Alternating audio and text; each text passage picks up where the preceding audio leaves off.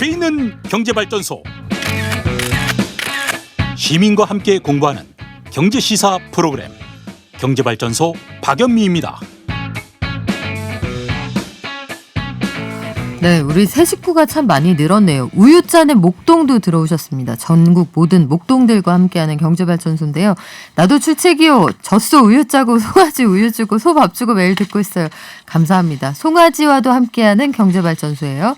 4231님, 친구들과의 만남, 밖에서 고깃집 말고요. 부담 갖지 않고 고기 구워 먹는 게 캠핑의 의미 아닐까요?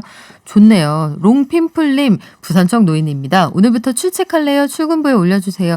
제가 바로 올려드렸습니다. 자, 그리고 우리 집 30층인데 모기 들어오는 건 뭐죠? 3495님. 모기가 똑똑해요. 엘리베이터 타고 올라옵니다. 그 사이에 엘리베이터 타고 올라오신 봉영식 연세대학교 통일연구원 교수님도 오셨네요. 안녕하세요. 네, 엘리베이터 안에서 좀 뛰었더니 조금 빨리 왔네요. 오늘 오전에 차가 좀 막혔는데 오늘 어떤 주제 알아봅니까 우리? 오늘은 대만 해협 위기 상황하고 중국과 미국 사이의 백신 외교 경쟁이 어떨까 합니다. 그래요. 이 백신이 새로운 패권을 가르는 어떤 전략물자가 된 그런 느낌인데 지난번에 한미정상회담에서 우리가 백신을 얼마 말하자면 우호적인 관계로서 지원을 하고 뭐 여러 가지 주고받는 관계가 있었는데 대만 해협에 대해서 우리 대통령도 언급을 했단 말이죠.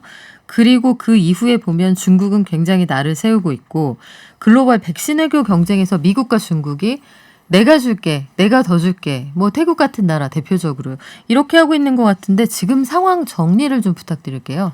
이제 백신이 새로운 이제 무기가 된 것이죠. 패권 국가한테는 이제는 더 이상 군사력이 모든 것을 해결할 수가 없으니까 그렇다면 어떤 기제를 가지고 패권 국가로서의 국제적 영향력을 유지하고 확대할 것인가. 여기서 이제 코로나 사태가 터지면서 이제 백신 외교 경쟁이 새로운 이제 무대가 된 것입니다.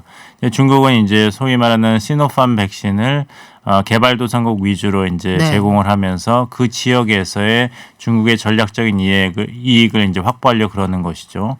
또 시진핑 정부가 야심차게 내세운 계획이 1대1로니까요. 1대1로 이렇게 지나가는 동남아시아, 중앙아시아 그리고 아프리카, 남미 개도국까지도 백신 외교를 통해서 중국의 위상과 영향력을 이제 높이려고 그러는 것이고 시진핑 주석이 지난 2월에 이제 아프리카 국가들한테 공언을 했어요. 그 전폭적인 지원을 하겠다 그리고 왕이 외교부장은 이제 나이지리아를 포함해서 또 외교 순방을 하면서 이 메시지를 확인했죠.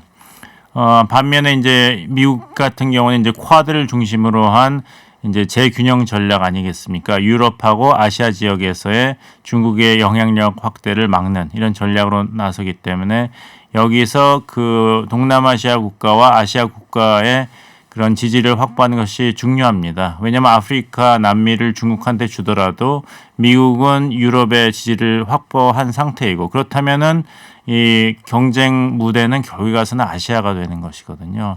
그래서 잘 보시면은 문재인 대통령과 바이든 대통령과의 한미 정상회담 공동 성명에도 동남아시아 이야기가 많이 나와요. 네. 우리나라 입장에서는 이제 신남방 정책의 성공을 위해서 한다 그랬고 바이든 행정부 입장에서는 우리나라의 제약회사가 미국의 이제 백신 개발 제약회사와 손을 잡아서 동남아시아 국가에 미국산 백신 보급에 도움을 준다면은 상당히 반길 일이죠.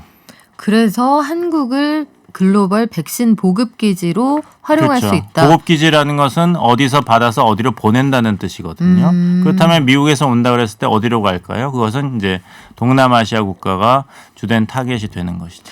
이 바이든 대통령이 일명 글로벌 백신 유통 관련한 성명서를 내기도 했는데 이건 어떤 내용이에요? 이미 바이든 행정부는 우리는 백신을 이렇게 전략적인 무기로 사용하지 않는다. 제이크 설리반 백악관 국가안보보좌관도 이야기했는데 사실 뭐 그 액면 그대로 100% 믿을 수는 없는 것이죠. 그렇다면 이제 잘 줘야 되는데 중국이 이제 시노팜 백신을 막 그 대량 보급하기 시작하니까 미국도 이미 약속한 아스트라제네카 백신 6천만 회분 더하기 2천만 회분의 백신을 그 세계에 보급하겠다 이런 이제 성명으로 이제 맞서고 있는 것이죠. 지금 말씀하신 것 중에 보면은 우리가 앞서 대만 얘기도 잠깐 했습니다만 대만에서도 친미 친중이 나뉘어서 그 친정부인 경우에는 우리는 미국 거 받아오겠다. 중국 거 안 받겠다는데 야당 인사들은 또 중국 백신 빨리빨리 들여와라 이러고 있잖아요. 그렇다면 이거 우리나라 자체가 얘기도 비슷하지 않나요? 그렇죠. 사실 나라마다 다 비슷한 것 같은데 뭐 우리나라 아직까지 중국 백신 얘기는 구체적으로 나오는 것 같지는 않습니다만 미국 정부가 우리는 백신을 전략 무기로 사용하지 않는다 이렇게 얘기를 하고 중국도 그런 얘기를 하는데 왜 우리는 그들이 무기로 쓴다고 느끼는 거죠? 저희도 이제 뭐 누가 이렇게 용돈 주고 그러면 아무래도 말투가 부드럽고 표정도 밝고 이렇게 하지 않나요? 그렇죠. 저도 어렸을 때 작은 아버지가 결혼하기 전까지 굉장히 잘 따랐어요. 결혼하니까 용돈이 끊기더라고요. 네, 저도 아버지께 용돈 달라고 얘기는 해야 되겠고 어렵고 하는데 자꾸 아버지께서는 딴 얘기만 하시는 거예요. 자유당 때는 말이야. 그래서 속으로 아니 용돈 올려다 하는데 왜 자유당 얘기가 나와? 자유당이요? 예, 그래도 다 들어야지 받지 않습니까? 네. 그런 거죠. 그러면 우리는 무기로 사용하지 않지만 우리하고 전략적 이해관계를 하는 친구들에게 그렇게 백신을 먼저 주고 싶더라. 이런 거예요? 그렇죠. 이게 경제 문제랑도 굉장한 연관이 있습니다. 이게 경제 발전소니까요. 트래블 버블 얘기가 나오지 않습니까? 네. 그래서 이제 한국 여행업계에서도 예약률이 뭐 400%까지 증가했다. 네. 괌에 이제 여름에 갈 수 있다 이렇게 되는데 생각해 보시죠. 백신을 맞는 국가들끼리 우리는 서로 안전하니까 여행 교류를 시작하자 이렇게 될 거 아니에요. 그럼 세계는 이제 양분이 되는 것이죠.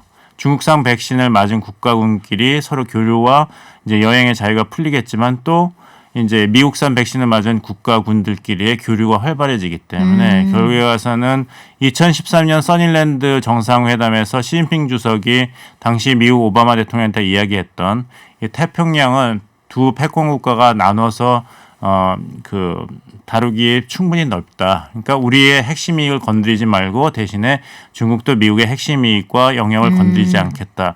이런 양강 구도의 이제 세계 정치가 펼쳐질 가능성이 높습니다. 그렇군요. 지금 그러면 말하자면은 중국이 이 바다의 비단길을 만들겠다고 하는 1대1로 정책을 중심으로 해서 이 시노팜을 맞는 나라들의 그룹과 화이자군이라고 편의상 하죠. 맞습니다. 미국의 화이자군과 우리끼리는 괜찮으니까 우리끼리는 트래블 버블 해도 되고 우리끼리는 교류해도 돼. 자가격리도 면제해 줄 거야. 그러면 여기에서 소외되는 나라들은 이쪽에 끼지 못하고 이해관계에서 멀어진다는 건데 결국 제일 중요한 건 우리나라잖아요. 역으로 본다면은 중국도 원하고 미국도 원하는 나라가 된 것이죠. 한국 같은 나라는. 그리고 대만 같은 경우도 이제 대만이 어떤 입장을 취하느냐가 이제 미중 간의 패권 경쟁의 큰 시험대가 되는 게 뭐냐면 이번에 이제 방미 성과로 55만 명분의 이제 백신을 저희가 받았지 않습니까? 한국군에게 접종되는. 근데 보면 이상한 거예요. 대만은 미국의 이제 안보 협력 국가가 아니에요. 외교도 사실 단절돼 있습니다. 네. 왜냐하면은 그 하나의 중국 원칙을 미국이 받아들여서 국교 정상화를 중국하고 했으니까요. 근데 거기는 75만 명 백신을 줘요. 네. 그렇다면은 우리나라 같은 경우는 중국한테도 중요하고 미국한테 중요하고 반도체 자동차 배터리의 강점이 있으니까 여러 가지 우리 외교 자산을 적극적으로 현명하게 활용하는 것이 이제 중요하겠죠. 그래요. 여기까지 듣겠습니다. 지금까지 봉영식 연세대학교 통일연구원 교수였습니다. 고맙습니다.